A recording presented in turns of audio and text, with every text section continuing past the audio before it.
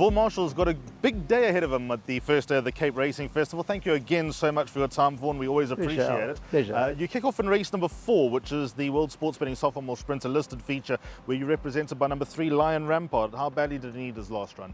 Yeah, he needed it very badly. Alistair, I thought we'd done enough with him, but as we approached the race, I realised we hadn't. I thought he ran a remarkable race with that weight and giving weight all round, and 1,000 metres is just on the sharp side for him. But Saturday's over 1,200 and it's the weights are in the right order. I think he's a big runner. Then on to the 5th race, where you've got a very interesting horse in the form of Questioning. Well weighted according to the official handicapper in the Bantry Bay. What are your expectations, considering that there are a few horses that might be under the radar here? Yeah, there are a few horses under the radar. He's done particularly well since we reverted to sprinting. He's come on since that run in the Matcham. I think he was at the top of his ability towards the end.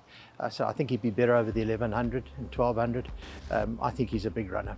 Then your big appointment with 2 runners in the Cape Punters Cup, the Grade 2, a traditional route for you, the old Selangor into the Hollywoodbets Cape Guineas. Let's start with One Stripe. We know that he galloped here roughly 10 days before the race meeting. Happy with him? Very, very happy, Alistair. I couldn't be happier.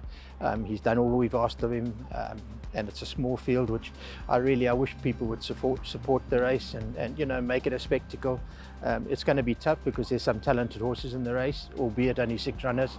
But I expect him to be right there. And the stable companion all out for 6. I love him because he always punches above his weight. Yeah, he does, and you can forget his gallop the other day. He lifted his shoe during the gallop, so he was just eased out.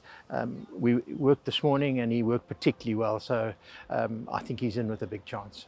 Then on to the 8th race, where you got the talented yet enigmatic World of Pleasure. Any excuse for his last run? We could find nothing, Alistair. We really thought he'd run a good race. His work had been terrific up until then.